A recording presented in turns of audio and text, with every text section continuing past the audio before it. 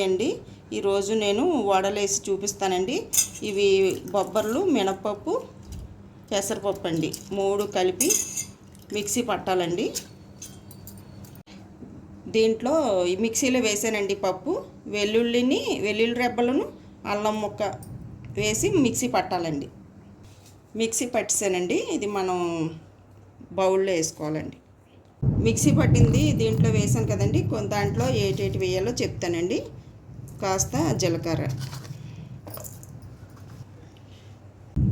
పచ్చిమిర్చి, కొత్తిమీర, కరివేపాకు, ఆనియన్స్ కలిపి వేసేయాలండి. దీంట్లో వేసుకొని ఒకసారి మనం సాల్ట్ కొద్దిగా వేసుకొని కలుపుకోవాలండి.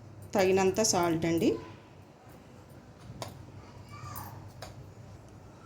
కలుపుకోవాలండి. ఒకసారి సాల్ట్ వేసాం కదండి, చిటికెడు పసుపు అండి. ఒకసారి కలపాలండి. కళాయి పెట్టుకొని స్టవ్ వెలిగించుకొని ఆయిల్ పోసుకోవాలండి.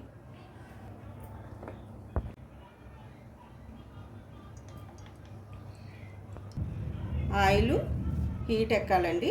హీట్ ఎక్కాక మనం వడలు వేసుకోవచ్చండి. ఆయిల్ హీట్ ఎక్కిందండి, మనం వడలు వేసుకుందామండి.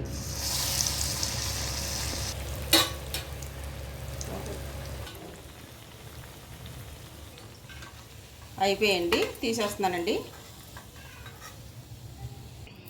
ఇదిగోండి, ఇలా వచ్చాయండి గారెలు. మీరు కూడా ట్రై చేయండి, చాలా బాగుంటాయి. నేను చెప్పే పద్ధతిలో మీరు చేసుకుంటే చాలా బాగుంటాయండి. సో చూసారు కదండి రెసిపీని. మరిన్ని రెసిపీస్ కోసం మా కేకే రెసిపీ హౌస్ ఛానల్ని సబ్స్క్రైబ్ చేసుకోండి. Thank you.